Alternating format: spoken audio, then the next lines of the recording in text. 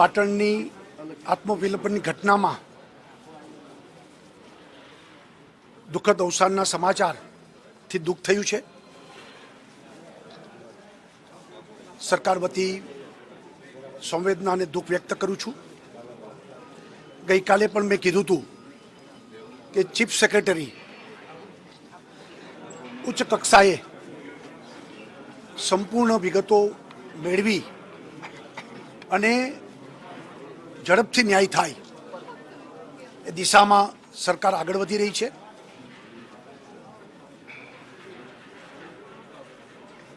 સરકાર સ્પષ્ટપણે કોઈ પણ દોષિત હશે તો પગલાં લેતા પણ અટકાશે નહીં અને રિપોર્ટ પછી જે કાંઈ કરવાનું થશે એ માટે સરકારનું મન ખૂબ ખુલ્લું અને આ બાબતમાં કશું પણ અમે ચલાવવા માગતા નથી એ પ્રકારનો સરકારનો અભિગમ છે।